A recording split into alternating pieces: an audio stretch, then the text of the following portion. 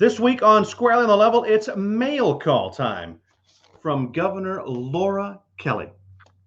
Check it out with me next.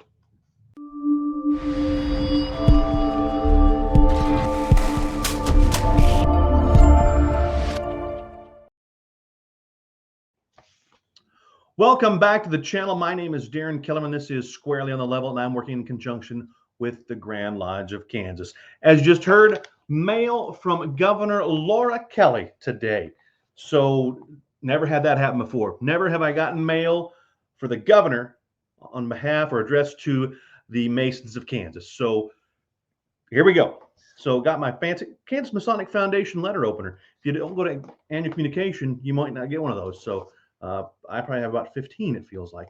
But some of the cool trinkets they hand out and communication. But opening it right here, see what the governor has to say.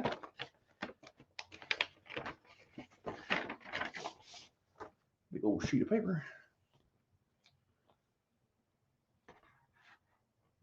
Oh, you know, sometimes you regret doing things on recording for the show.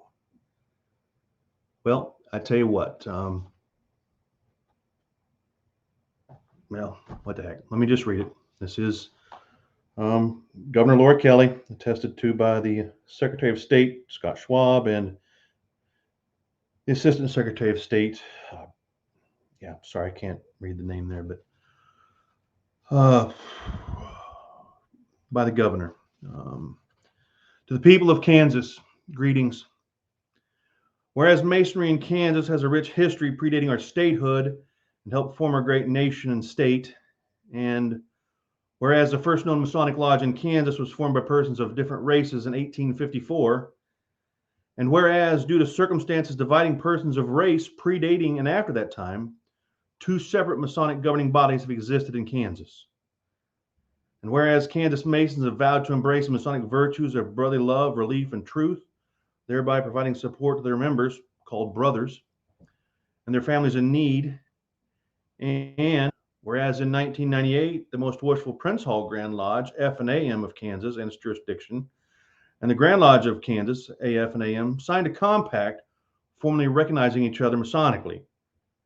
And whereas in 1999, dual membership was agreed upon, and the two entities, being entirely unencumbered from any restrictions, celebrated fraternal greetings with joint public ceremonies, including dedications, consecrations, and laying of cornerstones on public buildings. And whereas the Masons of Kansas were among the first states, if not the first, to formally embrace each other's existence in full and establish a true fraternal relationship. And whereas in January 2023, the 25th anniversary of formal recognition between two Masonic Grand Lodges of Kansas will occur. And whereas in several states, recognition still does not exist. In several states, does not exist at all.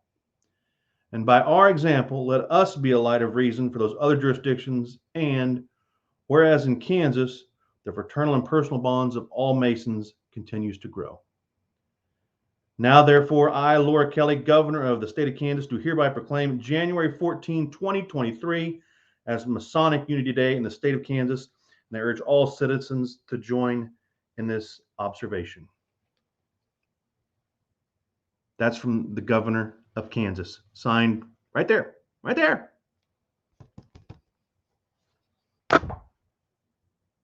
Damn right.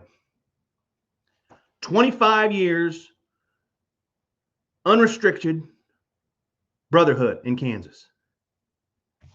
The governor recognizing that, declaring this Saturday, January 14th, the Masonic Unity Day in Kansas, sending a message to all those other jurisdictions that have restrictions on their relations with the Grand Lodges, or just flat out don't recognize them at all. Here in Kansas, not an issue. Since 1998, we have had two jurisdictions in Kansas recognizing each other with no restrictions.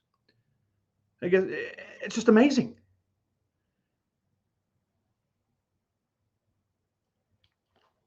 It's exciting.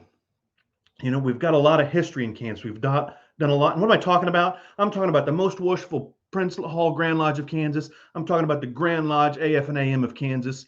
Together, two separate jurisdictions, one state, Zero restrictions.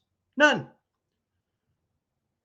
The members of both lodges can join the other Grand Lodge's lodges. It's so simple, or it should be.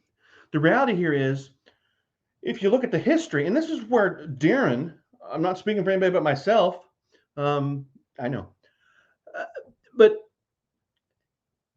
Freemasonry, structured Freemasonry, all comes out of the United Grand Lodge of England, as I understand it. The Grand Lodge, well, every Grand Lodge in the United States can trace their lineage back to the United Grand Lodge of England. I'm going to say that, and there's going to be people calling me out saying, no, Darren, Grand Lodge of Scotland and such. And okay, I get that. But the Prince Hall Grand Lodge is the same way. They petitioned for a charter from the United Grand Lodge of England and got it. I think it was African Lodge number 1 back in the day. So the fact that we essentially have the same parents, and because of historical reasons had or remain separate, whatever. And that existed here in America until the late 90s, when the leaders of the Grand Lodge of Kansas said, what in the hell are we doing staying separate? We all believe the same thing, so let's get rid of this nonsense and work together. And they did. They wrote one draft of that compact. Done. They had a thing out in Manhattan. Everybody signed it. The Grand Lodges, their membership overwhelmingly ratified that, and bam, we're off and running. That's in 1998. 25 years later, some states still don't even recognize, oh, that guy over there or that guy over there. Essentially because of the color of their skin. How stupid. Here in Kansas, the first Masonic Lodge started between 2 Wyandotte Indians and 5 white settlers. I mean, from the beginning, the fact that it took Kansas so long is almost embarrassing. The fact that we were one of the first states, if not the first state to do it, makes me very proud. The fact that other states still haven't done it makes me sad. I'm aware of at least one other state, we'll say down in the South, that they knew that some up and coming this is what I believe and I've been told, so take it for what it's worth, but I believe this to be very true because I've heard it enough times from enough people in places that know. There was a Grand Lodge in the South that had a progressive line, and persons that were going to become Grand Master, Grand Senior Warden, Grand Junior Warden, it was believed that they were going to recognize the Prince Hall Grand Lodge in that jurisdiction. Sounds good. That's great. Here in Kansas, bam, that was done. But in that state, there was some higher ups that were a little scared about that. And those 3 brothers and some others were summarily expelled for various reasons. But believe you me, it was about race. And that is very un-Masonic. So to that jurisdiction, shame on you. I understand that this is not a white problem. It's not a black problem. It's an us problem. So let's move past that, other jurisdictions, and get going with what we obligate ourselves to do. It seems simple. Anyway, I'm speaking for Darren Kellerman, not speaking on behalf of the Grand Lodge of Kansas. So didn't mean to get off on a tangent there. Here in Kansas, we have a beautiful history. The Grand Masters that made this happen for us, the guys at the helm that year were Grand Master Jeffrey Souder, Grand Master Roy Althouse. And again, it was a bing, bang, boom thing. And they were the first Masons to become members of the opposing Grand Lodge. As soon as that thing was ratified, it was done. And Jeff Souder and Roy Althouse became good friends. Not just Masonic brothers, good friends. And you'll see pictures here and there of them doing things together. The first Prince Hall Grand Master I met was Roy Althouse at a picnic. And I had no clue he was a Grand Master because he was a guy just standing there in blue jeans and a polo shirt at the ice chest handing out drinks I had no clue he was somebody, but he was the guy that made it all possible. I didn't know there had been anything before that. Uh, I don't know, ignorant, I guess. But anyway, on to big things. This, if you're still watching, thanks for that. Thanks for coming through that tirade there. This Saturday, January 14th, in Topeka, we're having a big festive board to celebrate this 25-year anniversary. And this is something even more special than normal, because normally it's just Masons only. This thing is open to anybody. So, and we do have some special guests from I believe it's the Kansas or Topeka Historical Society coming, and some others, but the ladies are also welcome. Normally we're saying, ladies, nope, sorry, this is going to be a Masons only event, but ladies, you are invited to this. And originally during the planning, because of whatever, they were deciding, oh, hey, the meal is going to be chicken. We can't just, I mean, great, I'm happy for chicken, but for a big event like this, we can't just have chicken. And somehow they were talked into offering two selections, one steak, one chicken. So if you like steak, we're going to have some steak, beef medallions with all sorts of fancy stuff. If you like chicken, we're going to have chicken with all sorts of fancy stuff. Dessert, wine, the whole thing. It's going to be a festive board. There's going to be toasting. There's going to be a commemorative firing cannon. If you don't know what a firing cannon is, come check it out. You're going to get to take it home. The engraving on that cannon, it's going to be, it's a limited edition, only available at this festive board. It's made by Kansas Mason Clay Thomas. And again, only enough made for the people who have registered to attend. So if you're not registered, get registered, attend. The idea here, as I record this, there is just under 200 people registered to attend. I'm not understanding why it's just under 200. This should be just under 400, just under 500. There are places where Grand Lodge members can't sit together. And here in Kansas, we've been doing it for 25 years. Of course, maybe it's just a thing of we're so used to it now. But for me, it's a thing of I love being around my brothers. I don't care what Grand Lodge they belong to. The fact they're Kansas Masons, that's even better. If you're still wondering why I'm grumping on it, Prince Hall Grand Lodges and AF&M, or predominantly white Grand Lodges, not getting on the stupid. It'd be like saying the Grand Lodge of Colorado and the Grand Lodge of Kansas not going to recognize each other. What? Not getting it. Anyway, here in Kansas, we're going to sit down, have a big fancy meal, going to have some toasting, have our ladies there. It's going to be a thing, but you have to be registered. And that's all this episode's about. It's not even an episode. I read the mail from the governor of Kansas. Yeah, multiple copies. So what's going to happen with it? Let me tell you what's going to happen. I'll tell you what's going to happen. So one copy is going to be going to the Grand Lodge of Kansas. One copy is going to be going to the Prince Hall Grand Lodge of Kansas. And you know what? These two copies here, I'm going to guess they'll probably go to the Grand Masters of the Grand Lodges, because that's where they belong. But for you and me that are attending this festive board, we're going to make copies of this so you can have a commemorative copy to do what you want with. I'll tell you what else I'm going to do. And I have talked to Grand Secretary Tracy Bloom. The original compact that was signed back in 1998, typewritten, it was written by Alan Hurlburt, an attorney from out in Sharon Springs. He was on the Grand Lodge line. He was a Grand Chaplain when he wrote it. And again, as I understand it, he wrote it, submitted it, and bam, they loved it. And it was because it's very simple. But a lot of us don't see it because it's kept in the archives of the lodge. We're going to have a copy of that for you, along with this proclamation. But at the festive board, what else is going to be happening is the Grand Masters are going to be signing a resolution affirming the compact and what we're going to be doing moving forward. So another historic document. But again, all these things always happen, and we Masons never know what they are. But you know what?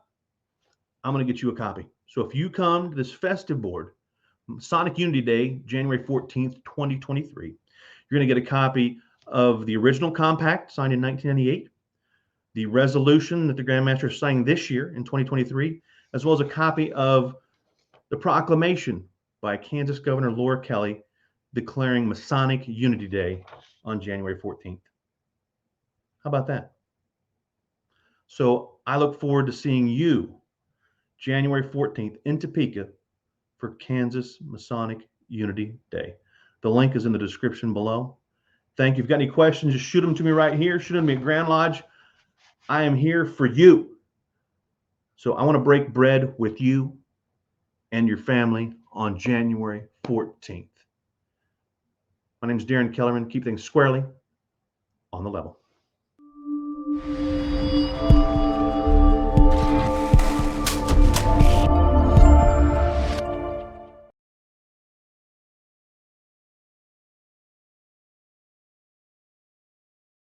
This week on a special edition of Squarely on the Level, it's Mail Call. No, that was so 2022. Mail Call? Ha, not a chance. This week on a special edition of Squarely on the Level, it's Mail Call time. No, not that mail call. We got flipping 1,000 of those. I'm talking from the governor, Laura Kelly, Topeka. Let's do it. Gonna do a mail call this week. No more of those, please. I've got 1,000 of those. Let's open up the mail from Governor Laura Kelly. Next.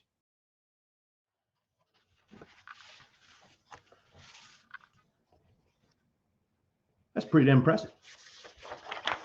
The governor recognizing what we've done. Yeah. The cool thing is, we've done a lot of stuff that some Masons don't recognize yet, but there's people who, active Masons who were here for the original compact. They remember a time when a lot of us white Masons were told that a clandestine Mason was a black person. How messed up is that? Never understood that. I was quickly corrected, and it's just amazing. And there are some places where they still believe that, and I don't understand that. But Kansas Freemasonry as a whole is in a good place, and you can see for the past 25 years we've done a lot of cool stuff together. One of the first dedications was at Washington, was a cornerstone, I think, at Washington School. And I don't know if we have a picture of that you guys can throw up here. But in recent memory, we had a joint festive board in Emporium. We had a joint raising where that was maybe the coolest thing for me, is they had a Prince Hall brother and a Grand Lodge Kansas brother, fellow crafts, and they put them through the 3rd degree together up at Wyandotte Lodge. And the fact it's in Wyandotte escaped most people, but that's where Freemasonry in Kansas started. So that was neat to me.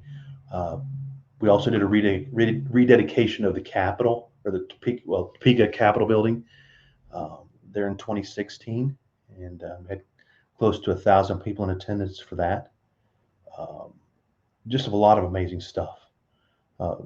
Respective Grand Masters seem to attend the other Grand Lodge's annual communication. It's amazing to me how other jurisdictions don't get it. A lot of them do, but there's 4 or maybe 5 that don't. And yeah, I just don't get it. But the thing is, there's a lot of history there, and some bad blood on both sides, as I understand. So it's not just as simple as I make it sound, of just get along. And I understand that. But let's sit down and work this stuff out. It is 2023. We're Americans, damn it. And not getting along between ourselves, especially as Masons, I don't get it. I just don't get it.